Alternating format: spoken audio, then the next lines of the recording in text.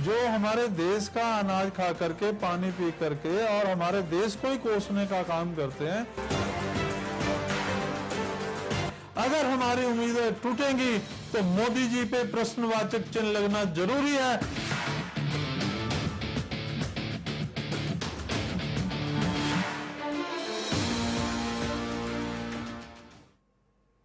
नमस्कार, बहुत स्वागत है आप सभी का। आपके साथ मैं हूं अक्षय बिदुआ और आप देख रहे हैं नवतेज टीवी। और आज हम आपको मिलवाने जा रहे हैं एक खास शख्सियत से जो शिवसेना हिंदुस्तान पार्टी के राष्ट्रीय अध्यक्ष हैं और सीएए और एनआरसी पर हमेशा से सरकार का समर्थन उन्होंने किया है, जो हमेशा से राष्ट्रवाद को लेकर काफी प्रखर रहे हैं। जी हां, आज हमारे साथ हैं शिवसेना हिंदुस्तान पार्टी के राष्ट्रीय अध्यक्ष पवन गुप्ता जी। पवन गुप्ता जी, नवतेज टीवी पर आपका स्वागत है। नमस्कार। तो सर, सबसे पहले मैं अब आपसे जानना चाहूंगा, एक एक कर से आपसे आपके प्रश्न हम लेंगे। सबसे पहले हमारे दर्शकों को आप ये बताएं कि शिवसेना हिंदुस्तान और हिंदुस्तान शिवसेना पार्टी दो अस्तित्व में है, इसका फर्क समझा दीजिए। शिवसेना हिंदुस्तान बाला साहब ठाकरे की जो मुख्य शिवसेना है उससे हम 30 मार्च 2003 को अलग हुए विचारधारा के आधार पर, क्योंकि हम ऐसा मानते हैं कि शिवसेना का जो लक्ष्य था वो पूरे हिंदुस्तान के हिंदुओं के हितों की सुरक्षा करना था, ना कि केवल मराठी मानस की, महाराष्ट्र के हिंदुओं की बात करना।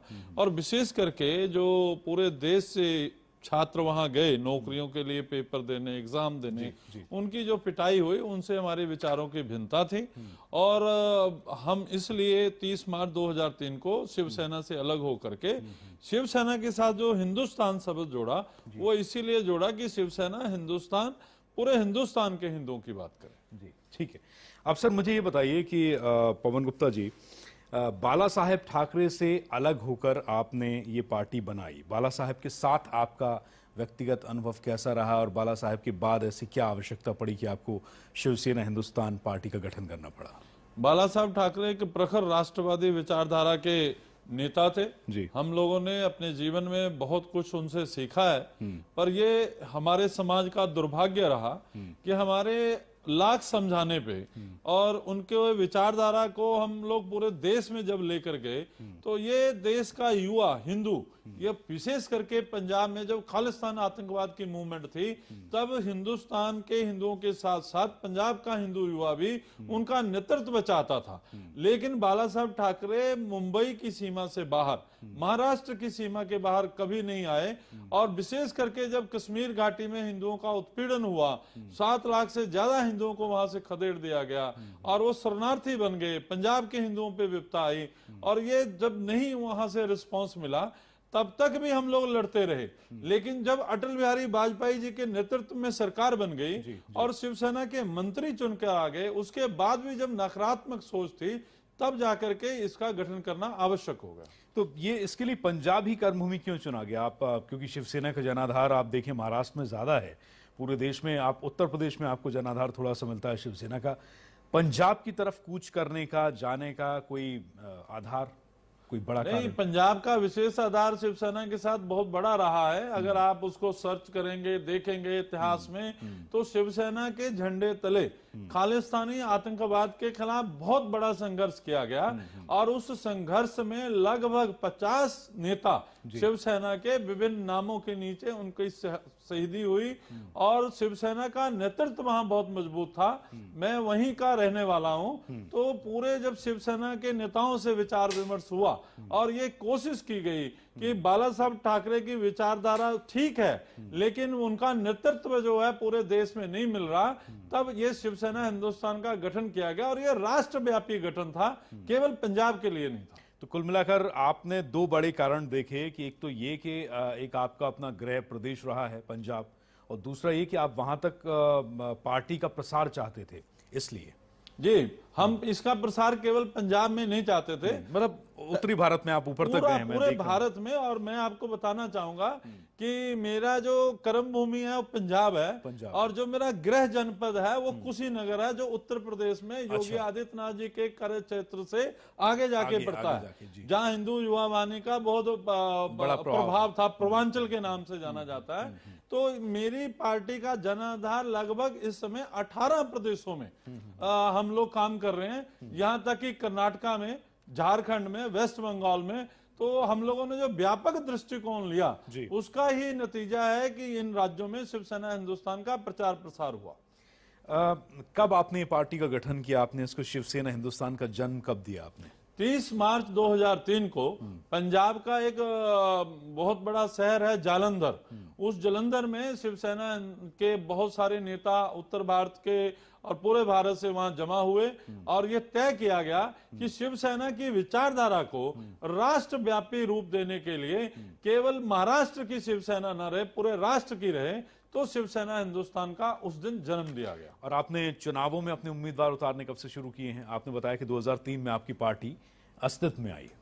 शिवसेना के नाम से भी जब हम काम कर रहे थे तब भी हम लोगों ने चुनाव लड़े हैं, पंजाब में लड़े हैं, दूसरे राज्यों में लड़े हैं। और जैसे शिवसेना हिंदुस्तान का गठन किया गया तो पहले दिन से ये तय था कि राजनीतिक संगठन रहेगा, धार्मिक संगठन के साथ साथ राजनीतिक रहेगा। और हमने शुरू से ही चुनावी लड़ाई लड़ी है और उसमें हमारा वोट प्रतिशत भी सुधरा है। हम लोग पंजाब जैसे राज्य में रह करके भी वहां हम एक प्रेशर ग्रुप के रूप में हमने अपनी सफलता अर्जित की है। ठीक है, मैं आपके बारे में कुछ देख रहा था, आपकी पार्टी के अस्तित्व के बारे में। पंजाब में आपने 13 सीटों पर चुनाव के लिए अपने उम्मीदवारों की घोषणा की थी और 5 अप्रैल 2019 को आपने जो प्रेस कॉन्फ्रेंस की थी चंडीगढ़ में, उसमें 13 सीटों पर आपने पंजाब में, राजस्थान समेत करीब 50 सीटों पर, चंडीगढ़ में 1 और हरियाणा की करनाल सीट पर भी आपने एक उम्मीदवार अपना उतारा था। कैसा रहा आपका इस चुनाव का अनुभव? देखिए, हमने इन चुनावों में पूरी सक्रियता से भाग लिया और ये जो चुनाव हमने लड़े पंजाब में, राजस्थान में, हरियाणा में, तो या चंडीगढ़ में, तो इससे साफ ये जाहिर हुआ कि हमारा जो जनाधार था वो वोटों में परिवर्तित होना शुरू हुआ।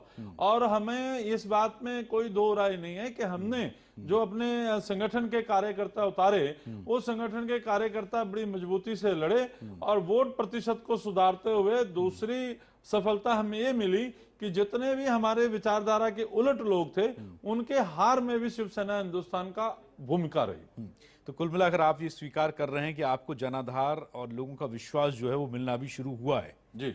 तो इसमें जो इतने उम्मीदवार थे, 13 सीटें पंजाब की, 50 सीटें राजस्थान की, 1 सीट चंडीगढ़, 1 सीट हरियाणा, इसमें से कुछ आशावादी नतीजे आए चुनाव के? हाँ बिल्कुल, क्योंकि जहां लोग करोड़ों रुपए का फंड लगा करके और अपनी पूरी मशीनरी लगा के चुनाव लड़ रहे थे, ऐसी आंधी के अंदर हम अपनी विचारधारा की लड़ाई को मजबूती से लड़ते हुए, मैंने आपको कहा कि जो लोगों का समर्थन था उसको हम वोटों में परिवर्तित करने में कुछ प्रतिशत में सफलता प्राप्त की और जो आने वाले समय में हमारी भूमिका को जीत में दर्ज करेगी। तो मुख्य आपका जो है मेन राइवल जिसको कहते हैं, आपका मुख्य प्रतिद्वंदी किसे मानते हैं आप? विचारधारा की लड़ाई कह लीजिए आप पंजाब में या समूचे उत्तर भारत में जहां जहां आप पार्टी का प्रचार प्रसार कर रहे हैं और विस्तार कर रहे हैं, मुख्य प्रतिद्वंदी के तौर पर, विचारधारा के तौर पर आप किसे देखते हैं? देखिए, मुख्य प्रतिद्वंदी अलग अलग राज्य में बदल रहे हैं। अगर हम पंजाब में वहां चुनाव लड़ते हैं तो हमारे सामने प्रतिनिधि अकाली दल, भाजपा गठबंधन, कांग्रेस भी रहती है और क्योंकि उनके काम करने के तरीके पंजाब में बदल जाते हैं। हरियाणा में जो हमारे राजनीतिक प्रतिद्वंदी भी रहते हैं वो बदल जाते हैं। राष्ट्रीय स्तर पे हम ये कह सकते हैं कि राज्यों की राजनीति अलग है। राष्ट्रीय स्तर पे जो हमारे हिंदुत्व की विचारधारा है, जो हमारी समाज के प्रति दृष्टिकोण है, उससे ज्यादा हमारा प्रतिद्वंदी जो है कांग्रेस ही रहेगी। लेकिन शिवसेना हिंदुस्तान और शिवसेना, क्या शिवसेना का जनाधार आप जब तक बाला साहेब ठाकरे से जुड़े रहे तब तक क्या उत्तर भारत में या फिर पंजाब या राजस्थान या हरियाणा या जम्मू एंड कश्मीर में शिवसेना का जनाधार या विस्तार उस समय नहीं हो पाया था? नहीं, वही एक निराशा का कारण था कि जब आप सत्ता में आ गए, सत्ता से पहले शिवसैनिक संघर्ष कर रहा था। आप जो भी आंदोलन बता रहे थे, चाहे क्रिकेट के मैच का आंदोलन हो, चाहे फायर फिल्म का आंदोलन हो, उस आंदोलन में शिवसैनिक लड़ रहा था और केस दर्ज हो रहे थे, पूरा संघर्ष का दौर था। लेकिन जैसे ही अटल बिहारी वाजपेयी जी की अगुवाई में एनडीए की सरकार बन जा रही है, उसमें शिवसेना के नेता मंत्री के रूप में, केंद्रीय मंत्री के रूप में काम कर रहे हैं, तब हर शिवसैनिक का ये मनोदशा थी कि आज हम सरकार में हैं और विभिन्न राज्यों में हमें उसका जो संघर्ष का जो लाभ मिलना चाहिए, जो हमने संघर्ष किया हिंदुत्व के लिए, उसे मान्यता मिलनी चाहिए। तब भी अगर आप महाराष्ट्र के दृष्टिकोण से ऊपर नहीं आ रहे, आप राष्ट्रीय दृष्टिकोण से काम नहीं कर रहे, तब ये कारण बन गया कि शिवसेना हिंदुस्तान का गठन करना पड़ा कि संघर्ष तक तो हम आपके साथ थे, पर सत्ता में आने के बाद, सत्ता भी केंद्रीय सत्ता, उसके बावजूद भी आप महाराष्ट्र के दृष्टिकोण से काम कर रहे हो, तब राष्ट्रीय दृष्टिकोण से शिवसेना हिंदुस्तान का गठन करके हमें आगे बढ़ना पड़ा। तो विचारधारा तो आपकी एक ही है ना, मतलब शिवसेना हिंदुस्तान हो या फिर शिवसेना हो, विचारधारा तो आपकी एक ही है। नहीं नहीं, दोनों आप में अपने आप को अलग स्थापित कैसे कर पाए आप? दोनों में फर्क हो गया। आप देख लीजिए कि जब भी कोई लोकसभा के चुनाव होते हैं या अन्य राज्यों के विधानसभा के चुनाव होते हैं, महाराष्ट्र की जो शिवसेना है उसका शीर्ष नेतृत्व है, वो कभी भी प्रचार के लिए वहां नहीं जाता, कभी भी उनका राष्ट्रीय घोषणा पत्र नहीं आता कि शिवसेना मुंबई से कोई पूरे राष्ट्र का घोषणा पत्र जारी कर रहा हो। आप उनका लोगो भी ध्यान से देखें तो उनका लोगो जो टाइगर है वो महाराष्ट्र के मैप में आता है, राष्ट्र के मैप में क्या नहीं फर्क है आता। आप में और जो है एमएनएस में क्या फर्क है आप में? एमएनएस और शिवसेना दोनों क्षेत्रीय राजनीति कर रहे हैं। हम जो कह रहे हैं, हम कह रहे हैं कि पूरे हिंदुस्तान के हिंदू समाज के हितों के लिए संघर्ष होना चाहिए। वो कह रहे हैं कि केवल और केवल मराठी मानुस की बात करो, महाराष्ट्र की जनता की बात करो। और आज भी आप जो सत्ता का उनकी खिचड़ी पकी है, जो सत्ता का एक नाटक हुआ है, उसमें उन्होंने हिंदुत्व को दरकिनार कर दिया। उन्होंने जो घोषणा पत्र में कहा था वीर सावरकर को हम जो पद्मश्री देंगे, वो उन्होंने दरकिनार कर दिया। ये जो फर्क, ये मुख्य फर्क है कि शिवसेना हिंदुस्तान और शिवसेना राष्ट्रीय राजनीति में नहीं जाना चाहती। वो देश के मुद्दों से कोई मतलब नहीं, उन्हें कश्मीर घाटी के कश्मीरी पंडितों से कोई मतलब नहीं है। उनके दुख दर्द जानने के लिए कभी भी उद्धव जी, कभी भी बालाजी वहां नहीं गए, और ना ही उन्होंने पंजाब के खालिस्तानी आतंकवाद पीड़ित हिंदुओं का हाथ पकड़ने की कोशिश की। लेकिन शिवसेना हिंदुस्तान ने जन्म से, हमने कश्मीर घाटी के हिंदू पंडितों की बात उठाई, हमने पंजाब के खालिस्तानी आतंकवादियों के खिलाफ लड़ाई लड़ी, हम पूरे देश के हिंदुओं की आवाज अपनी क्षमता के अनुसार उठा रहे हैं। यानी कि आप ये स्वीकार करते हैं कि शिवसेना के बाद मनसे का जन्म और शिवसेना हिंदुस्तान का जन्म, तो क्या आप उसी विचारधारा पर चलने वाली शिवसेना की बी टीम है? नहीं, शिवसेना की विचारधारा के विरोध में ही तो हम लोग खड़े हुए। जो उनकी क्षेत्रीय विचारधारा है, जो उनकी एक सेंट्रलाइजेशन है मराठी मानुस की, उसी विचारधारा के उलट हुए। और मैं आपके चैनल पे खुलासा करना चाहता हूं कि मनसे की स्थापना हमारे बाद हुई। हम सबसे पहले बाला साहब ठाकरे के जीवन काल में उनके विचारधारा के आधार पे अलग हुए, और उनका इतना बड़ा व्यक्तित्व था, इतना बड़ा उनका ओरा था, उस ओरा के सामने हमने ये साहस किया। उनके जीवन काल में, उनके जब उनका नेतृत्व पूरा चमक रहा था, तब हमने विचारधारा पे अलग जाने का साहस जुटाया। राज ठाकरे बाद में आए। अच्छा, तो यानी कि ये माना जाए कि महाराष्ट्र में जो सहारा, जो आशा बीजेपी को शिवसेना से होती है, अब मनसे में दिखाई दे रही उन्हें आशा की किरण। भविष्य में क्या यही आशा उन्हें आपसे दिखाई देगी? उत्तर भारत में, पंजाब, हरियाणा, राजस्थान, उन्हें हमसे आशा की किरण दिखाई दे या न दे, हम अपने हिंदुत्व के एजेंडे को, अपनी पार्टी का, जो हमारी पार्टी का एक मुख्य एजेंडा है कि हम चाहते हैं कि जो हमारे देश में ऐतिहासिक और पौराणिक मंदिर है, उसका उसी तरह से, जैसे श्रोमणी गुरुद्वारा प्रबंधक कमेटी का एक्ट है, सिखों को गुरुद्वारों का प्रबंध संभालने का दायित्व मिलता है, इसी तरह ईसाइयों को चर्च का दायित्व मिलता है, मुसलमान भाई हमारे मस्जिद का वक्फ बोर्ड से प्रबंध करते हैं। हम एक बड़ी लड़ाई लड़ रहे हैं। हमारा राष्ट्रीय एजेंडा है कि ऐतिहासिक पौराणिक मंदिरों का प्रबंध सीओ या एसडीएम या तहसीलदार के हाथ में ना हो करके हिंदू समाज के हाथ में हो। हमारे अखिल भारतीय हिंदू मंदिर एक्ट बने, जिससे हमारे हिंदू संगठन उसका प्रबंध चुनाव की राजनीति से जाकर के उसको संभाल सके। ये जो आपने बताया कि जनाधार अब हमें मिल रहा है, लोगों का, जनता का साथ हमें मिल रहा है, मेरा सवाल ये है कि आम आदमी पार्टी आपके बाद अस्तित्व में आई, आपने 2003 में अपनी पार्टी बना ली थी। अभी आप देखें राजनीतिक ग्राफ जो है, पॉलिटिकल ग्राफ आम आदमी पार्टी का पंजाब में भी और तमाम दूसरे स्टेट्स में भी ज्यादा है। आपकी मेहनत कहाँ कम रह गई? देखिए, हमारी कोई मेहनत नहीं कम रही। हमें जो है उनको जिस आंदोलन का, अन्ना हजारे जी के आंदोलन का लाभ मिला, उनकी कोई मेहनत नहीं थी। आप एक मूवमेंट खड़ा नहीं कर पाए। अन्ना हजारे जी के आंदोलन से वो निकल के आए हैं। जी, जी। और जहां आंदोलन का ताप नहीं था, आप पंजाब में देखो जहां उनका बड़ा दावा था कि हम सरकार बनाने जा रहे हैं, उन्होंने वहां पंजाब के अंदर हिंदुओं के उल्ट जा करके खालिस्तानी आतंकवादियों के एजेंडे पे काम किया। वहां के एक बहुत बड़े खालिस्तानी नेता के मोगा के घर में अरविंद केजरीवाल ठहरे, वहीं से उनकी उल्टी गिनती शुरू हुई। ये ठीक है कि हमारा जनाधार इसलिए कम रहा क्योंकि बाला साहब ठाकरे के नेतृत्व में जब हम काम कर रहे थे तो वो राष्ट्रीय नेतृत्व दूसरे प्रदेशों की ओर ध्यान नहीं दे रहा था, बनिस्बत मुंबई के या महाराष्ट्र के। वो जो कमजोरी रही थी उसी को हम समेट रहे हैं, और जो शिवसेना हिंदुस्तान ने अपना कारवा बढ़ाया है उसमें वोट प्रतिशत लगातार बढ़ता जा रहा है। तो कुल मिलाकर विधानसभा हो या फिर संसद हो, आपकी लड़ाई अभी लंबी है और मंजिल दूर है। देखिए, हम मुद्दों पे लड़ रहे हैं। हमने सीए एनआरसी पे, धारा 370 पे डट के हमने समर्थन किया है। अगर आप मेरे पुराने सारे कामों को देखेंगे तो जब भाजपा पिछले कार्यकाल में थी तब हमने स्पष्ट कहा था कि अगर राम जन्मभूमि पे, धारा 370 पे भारतीय जनता पार्टी का दृष्टिकोण ठीक नहीं होता, और महबूबा मुफ्ती के साथ इन्होंने जो सरकार बनाई उसकी हमने कड़ी आलोचना की। लेकिन आज जो राष्ट्र के अंदर भारतीय जनता पार्टी की केंद्र की सरकार, मोदी जी ने जो एनआरसी करने का साहस जुटाया, जो वो सीए कानून लाए, और जो इस प्रकार साहस से धारा 370 हटाई है, बिना राजनीतिक लाभ के हम राष्ट्रहित में उस सरकार का समर्थन करते हैं। इससे साफ जा रहा है कि जैसे जैसे हम राष्ट्रहित में काम करेंगे, हमारी बात, हमारा दृष्टिकोण देश की जनता को समझ में आएगा, और देश की जनता आज महाराष्ट्र की शिवसेना को और हमारी शिवसेना हिंदुस्तान को देखेगी और विकल्प के रूप में अपनाएगी। यानी कि आपको शिवसेना से अभी तक कोई व्यक्तिगत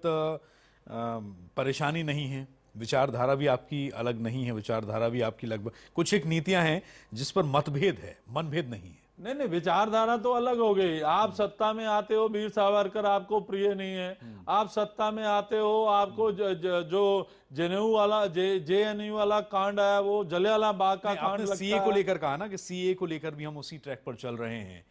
व्यक्तिगत सोच आपकी सीए का समर्थन शिवसेना महाराष्ट्र की तो सीए के ट्रैक पे नहीं है, वो उस ट्रैक पे नहीं है, वो तो एनआरसी के भी उल्ट जा रहे हैं। और जिसको बाला साहब ठाकरे ने कहा था कि सोनिया गांधी के सामने नतमस्तक होने वाले व्यक्ति फलां दर्जे से, मैं उस शब्दों को आपके चैनल पे नहीं दोहराना चाहता, तो वो उसके सामने वो नतमस्तक हो गए। तो कहां शिवसेना हिंदुस्तान की प्रखर हिंदुत्ववादी विचारधारा कि हम भारतीय जनता पार्टी की भी आलोचना करने से गुरेज नहीं करते अगर वो हिंदुत्व और राष्ट्र के मुद्दे के खिलाफ जाते हैं। आपका सीए को लेकर आपका व्यक्तिगत स्टैंड क्या है? देखिए, व्यक्तिगत और मेरी पार्टी का स्टैंड एक ही है। हम चाहते हैं कि जिस प्रकार से उन्होंने कानून बनाया कि पाकिस्तान, अफगानिस्तान और बांग्लादेश में जो अल्पसंख्यक है, माइनॉरिटी हैं, वो अगर धार्मिक उत्पीड़न के कारण उस देश में बहुसंख्यक की जो सरकार है उसके उत्पीड़न के कारण और हिंदुस्तान में वो शरण मांगते हैं, और जो शरणार्थी बन के आए हैं उन्हें हिंदुस्तान को शरण देना चाहिए, उन्हें नागरिकता देनी चाहिए, इस पे कोई आपत्ति नहीं होनी चाहिए। एक सीधा देश का गृह मंत्री, देश का प्राइम मिनिस्टर संसद में खड़े होकर के बहुमत से वो जब इस कानून में संशोधन करके ला रहा है, तो आप सड़कों पे हिंसा का तांडव करके, मैं एक बात पूछना चाहता हूं, अगर ये कानून गलत है तो जामा मस्जिद के बाद या जुमे की नमाज के बाद ही प्रदर्शन क्यों? आप सार्वजनिक प्रदर्शन कीजिए, आप नागरिक प्रदर्शन कीजिए, एक समुदाय विशेष का प्रदर्शन क्यों?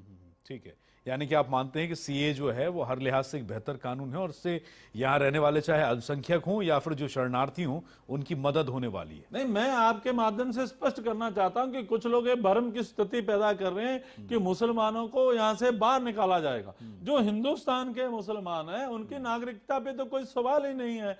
बांग्लादेश के बहुसंख्यक मुसलमानों को या पाकिस्तान के बहुसंख्यक मुसलमानों को या अफगानिस्तान के बहुसंख्यक मुसलमानों को यहां नागरिकता देने का सवाल नहीं उठता। और फिर भी उसमें भी ये प्रोविजन है कि कोई मुस्लिम नागरिक अगर विशेष कारणों से, जैसे तारिक फतेह अली यहाँ आए या एक गायकार हैं जिन्होंने यहाँ शरण ली, कोई विशेष कारण है तो वो अप्लाई कर सकते हैं, सरकार उस पर विचार कर रही है। ठीक है, खालिस्तान को लेकर आप काफी मुखर रहे हैं, प्रखर रहे हैं, आप हमेशा विरोध करते रहे हैं। सुखबीर सिंह बादल समर्थक रहे हैं खालिस्तान के, उनसे भी आपका अपना विचारधारा की लड़ाई है।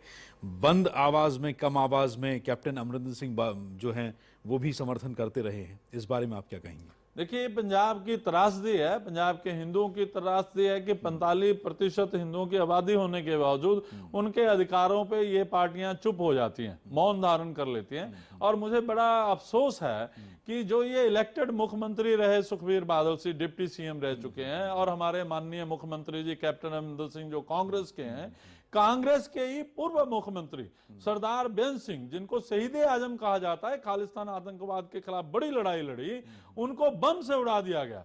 और यही राजोआना, जिसको हमारी सुप्रीम कोर्ट ने फांसी की सजा दी है, उसकी फांसी की सजा रद्द करवाने के लिए सुखबीर बादल, जो Z+ सिक्योरिटी में आते हैं खालिस्तानी आतंकवादियों के हिट लिस्ट के कारण, वो उनके घर जाते हैं और ये कहते हैं कि हम इनकी फांसी की सजा रद्द कराएंगे।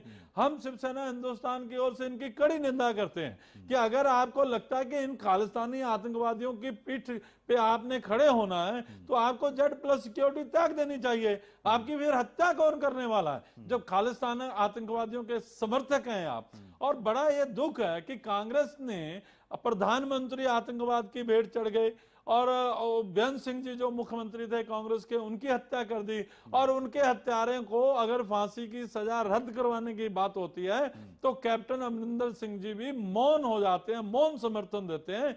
हम वहां एक बहुत बड़ी लड़ाई लड़ रहे हैं कि ये गलत है, ये गलत परंपरा है, और इस पे फांसी होनी ही चाहिए। जो राजोआना को फांसी किसी हालत में रद्द नहीं होनी चाहिए, ये शिवसेना हिंदुस्तान का मांग है जोर से। ठीक है, आप भी सिक्योरिटी के साथ चलते हैं, शिवसेना हिंदुस्तान पार्टी के आप अध्यक्ष हैं, आप खालिस्तान के लिए के विरोध में आप लड़ाई लड़ते हैं। मैं देख रहा था कि आतंकवादी निरोधी जितने भी दस्ते और जितने भी दल हैं, anti terrorist of India, front of India, इनके साथ आप लगातार रहते हैं। किसी तरह का डर है आपको?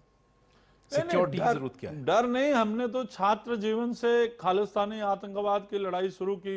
17 साल की उम्र थी, 10+2 से हमने इसके खिलाफ मूवमेंट की। कॉलेज कैंपस के अंदर, स्कूल कैंपस के अंदर, जब खालिस्तानी आतंकवादियों के समर्थक all India Sikh student federation की तूती बोलती थी, तब हमने उसके खिलाफ लड़ना शुरू किया। और आपको जैसे मैंने पहले भी बताया कि शिवसेना के नाम से बहुत सारे नेताओं की हत्या कर दी गई, उनकी आवाज बंद करने की कोशिश की गई, हम लोग उसके खिलाफ लड़े। और इसके कारण ये जो सुरक्षा व्यवस्था है, सरकार की नैतिक जिम्मेवारियों के कारण है।